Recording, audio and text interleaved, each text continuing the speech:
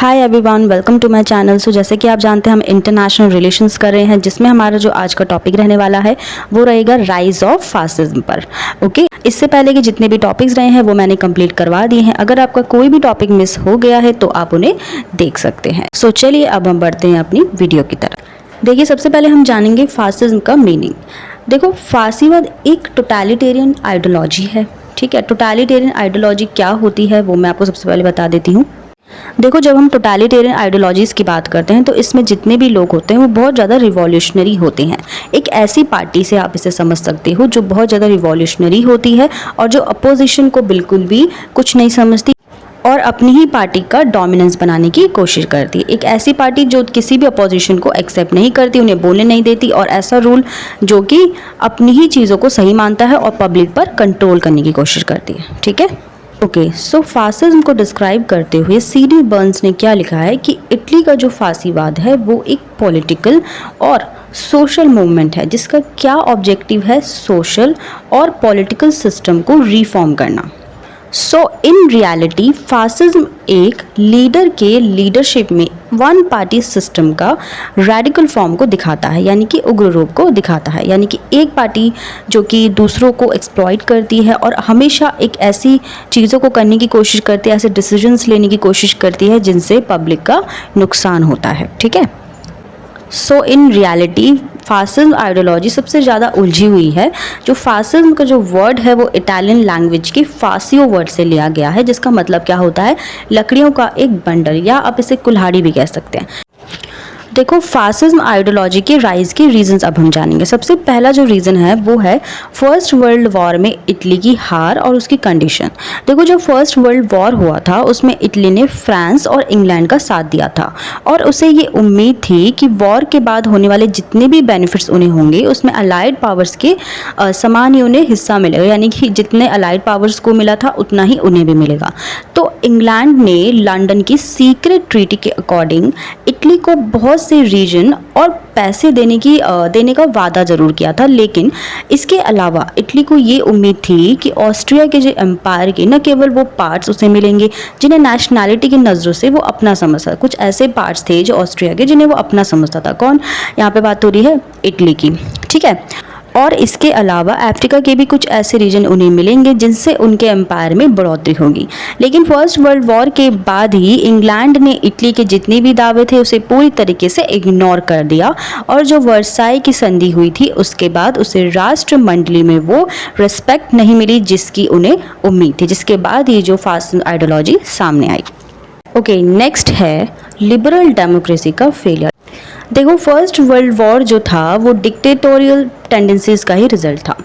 इस वॉर का main objective क्या था कि विश्व में यानी कि वर्ल्ड में डेमोक्रेसी का एस्टैब्लिशमेंट किया जाए।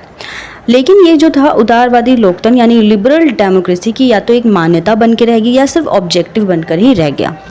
जिसके बाद क्या हुआ, जो डेमोक्रेसी की जगह पर किसी न किसी तरीके की टोटलिटेरियन सिस्टम का एस्टैब्लिशमेंट होता गया।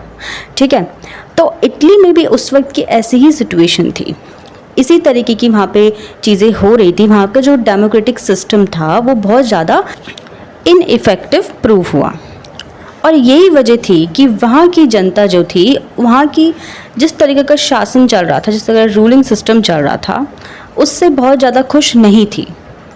तो वो कोई ऐसा लीडरशिप, इस तरीके की लीडरशिप चाहती थी जो इटली को वर्ल्ड में सही तरीके की रिस्पेक्ट दिला सके, उसकी इकोनॉमिक, सोशल और पॉलिटिकल जो कंडीशन थी उसे सही कर सके। तो यही वजह थी जिसकी वजह से इटली में फासिज्म सिस्टम सामने आया। ठीक है, नेक्स्ट है कम्युनिस्ट थॉट्स को बहुत ज़्यादा स्प्रेड करना। देखो, फर्स्ट वर्ल्ड वॉर की वजह से इटली की जो इकोनॉमिक कंडीशन थी वो काफ़ी ज़्यादा ख़राब हो गई थी। 1912 में जब इटली और टर्की का वॉर हुआ था उस समय भी इस वॉर का इटली की जो इकोनॉमिक कंडीशन थी इस चीज़ पर काफ़ी ज़्यादा बुरा इम्पैक्ट पड़ा और उसके बाद वॉर शुरू हो जाने पर इटली के थ्रू जितने भी खर्च किए गए उससे इकोनॉमिक कंडीशन इटली की बहुत ज़्यादा ख़राब होती गई और इटली बहुत ज़्यादा कर्ज में डूबता गया और यही वजह थी कि उस समय की इटली की जो गवर्नमेंट, डेमोक्रेटिक गवर्नमेंट थी, वो बहुत लगातार घाटे में जा रही थी, बजट भी गिरता जा रहा था। देश में इकोनॉमिक अनस्टेबिलिटी जब बहुत ज़्यादा बढ़ जाती है, तब देश की जो कंडीशन है वो बहुत ज़्यादा ख़राब हो जाती है।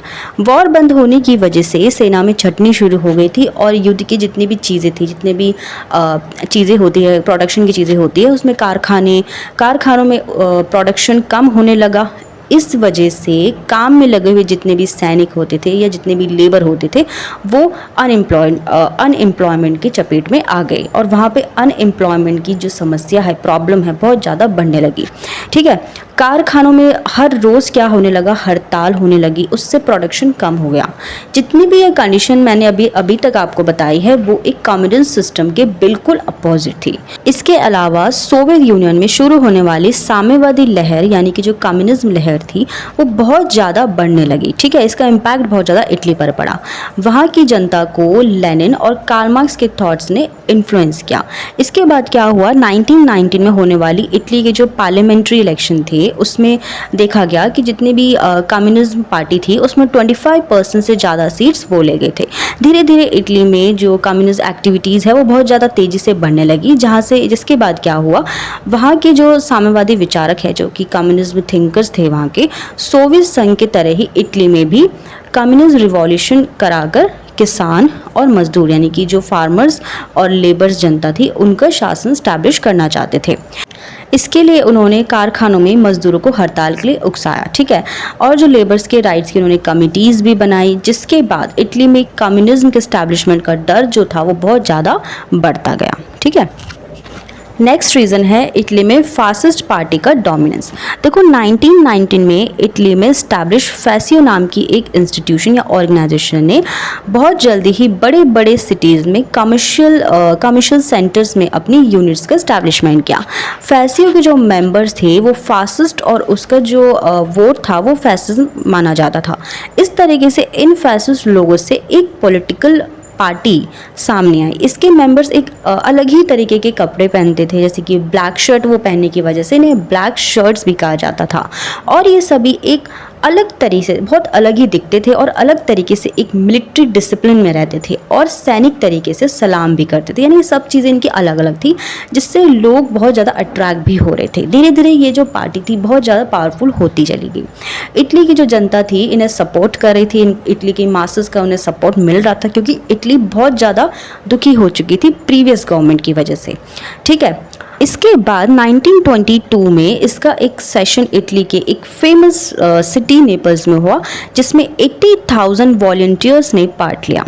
इसके खुले कन्वेंशन में मुसोलिनी ने क्या घोषणा की, क्या बात बोली कि या तो इटली का शासन खुद हमारे साथ में आ जाएगा, वरना हमें रोम की तरफ बढ़ना पड़ेगा।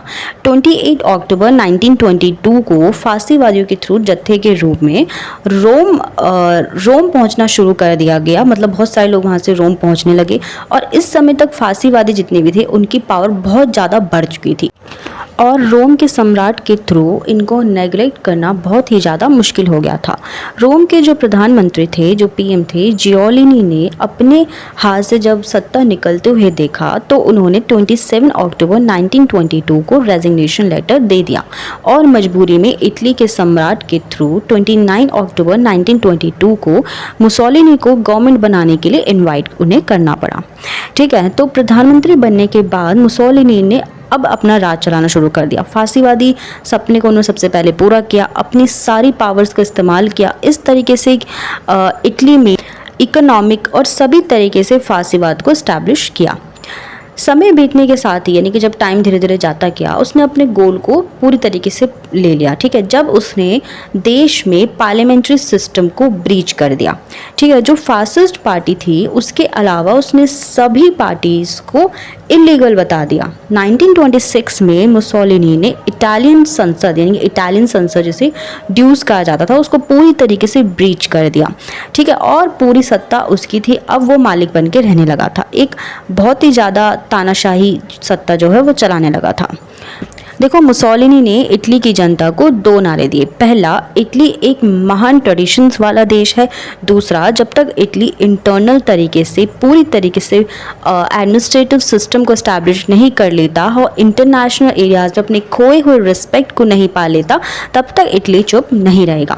तो मुसोलिनी का कहना क्या था कि फासीवाद व्यवस्था यानी कि फासिस्ट सिस्टम किसी भी फैक्ट को छुपा के नहीं रखना चाहता। मेरा काम क्या है, कोरे आइडियलिस्टिक चीज़ों पर काम करना नहीं है, बल्कि प्रैक्टिकल और कंस्ट्रक्टिव काम को करना है। ठीक है, इस तरीके से 1926 से इटली की पूरी जितनी भी शक्ति है वो मुसोलिनी के हाथों में आ गई। जो फासिज्म है वो जो बेसिकली रैडिकल नेशनलिज्म पर बिलीव करते हैं, यानी कि जो नेशन या जब राष्ट्र की बात हो रही है तो वो उसे पूजा की तरह देखते हैं। अपने ट्रेडिशंस, अपने कल्चर, अपनी हर तरीके की चीज़ों को वो एक रैडिकल तरीके से देखते हैं। बहुत ज़्यादा उग्र राष्ट्रवादी फासीवाद है। ठीक है, नेक्स्ट पॉइंट है लिबर्टी राइट नहीं है, ड्यूटी है। जो फासीवादी होते हैं वो क्या मानते हैं कि जो लिबर्टी जो होती है वो राइट नहीं होती है बल्कि ड्यूटी होती है। फासीवाद में लिबर्टी को एक राइट नहीं माना गया है, एक ड्यूटी माना जाता है, क्योंकि उनके अकॉर्डिंग लिबर्टी जो है वो स्टेट के थ्रू दी जाती है इंडिविजुअल को और एक रियायत की तरह ही होती है। ये डेफिनेशन आइडियलिस्टिक्स के डेफिनेशन की तरह है, क्योंकि उनका भी कहना था कि जितना ज़्यादा एक इंडिविजुअल पर्सन स्टेट के लॉज का पालन करेगा उतना ही ज़्यादा वो फ्री होगा। ठीक है, टोटलिटेरियन की जब हम बात करें या फासीवादी की जब हम बात करें तो वो भी क्या मानते हैं कि लॉज को मानना चाहिए, कानून का पालन करना ही लिबर्टी वो मानते हैं। ठीक है, सो फ्रेंड्स, आज के लिए बस इतना ही। आई होप आपको ये टॉपिक क्लियर हो गया हो। अगर आपका कोई भी डाउट है तो आप मुझसे कमेंट बॉक्स में ज़रूर पूछें। अगर आपको वीडियो अच्छी लगे तो प्लीज़ लाइक कीजिए, शेयर कीजिए और मेरा चैनल सब्सक्राइब करना बिल्कुल ना भूलें। मिलते हैं अपनी अगली वीडियो में। Till then bye bye, take care.